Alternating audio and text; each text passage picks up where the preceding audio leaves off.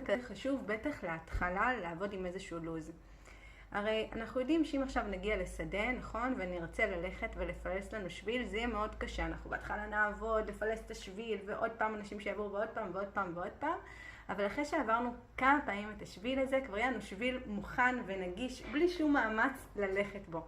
בדיוק העניין עם הלוז. מעבר לזה שהלוז עוזר לנו להתארגן על קניות, ולא לזרוק אוכל, ובאמת להיות יותר מתוכננות, הלוז הזה בדיוק בונה לכם את השבילים האלה. כי אם עכשיו כל יום ראשון שאת רגילה שיש את החוג רגל לבן שלך, את מכינה את המג'דרה, וכל יום, ואת מקפיאה חצי כבר לשבוע הבא, וכל יום שני, כאילו יש לך כבר את הסדר הקבוע הזה, אוקיי?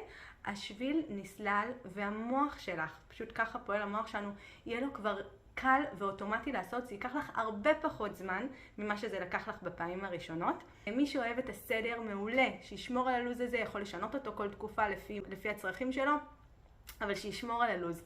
אבל מי שכמוני אוהב יותר אינטואיטיבית, תדעו שזה לא לעד, וזה לא עכשיו כל הזמן תצטרכו כזה להיות מחושבים ומתוכננים, אבל כן לתת לזה 4 שבועות הייתי אומרת, 5 שבועות שאני עושה את זה, ואז אתם תראו שזה פשוט יבוא לכם באופן טבעי, פשוט בזרימה המוח שלכם יזכור כבר מה צריך לעשות.